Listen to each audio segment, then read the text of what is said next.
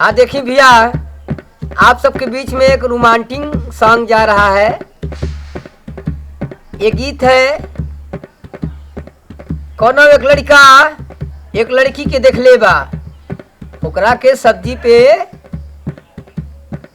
बहुत लोगन का ध्यान रहे कि सब्जी बढ़िया बेचता, रकम रकम का सब्जी रख ले बा और इतना सुंदर सब्जी देली कि पैसा अगर केहू ज़्यादा लेता तो कमे में देली। तो लइकवा कहता कि ग्राहक बिगाड़ेली, केवल ग्राहक बिगाड़े में रहली। अगर केहू ज़्यादा पैसा में देता, भाई जे जितने में खरीद के लिए आई ओकरा के उतना पड़ी तब न वो देई। अब जेकर पढ़बे न करी भैया लोगन तो देई कहाँ से। तो यही पे बात पे एगो लइका एगो लड़की के, हसीन लड़की के देख ले बा, ब्यूटीफुल लड़की के देख ले बा। ओ सब्जी लगावतिया दिया ललचावतिया, सब्जी लगावतिया दिया ललचावतिया, घर में झगड़ा लगावे बगल वाली डांस करेली, बगल वाली डांस करेली।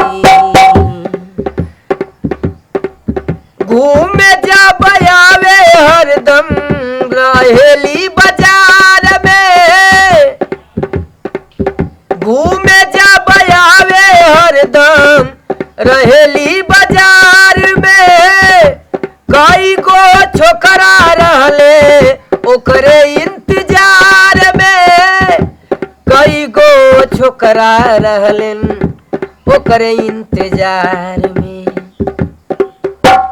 काना फुसकी रोज मारे, हाँ काना फुसकी रोज मारे, लिपस्टिक लगावे खूबे, काना फुसकी रोज मारे, लिपस्टिक लगावे खूबे।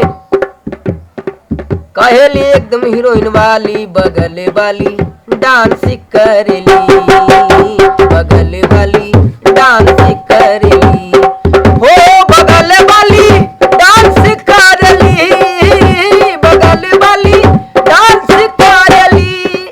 दूसरी लाइन,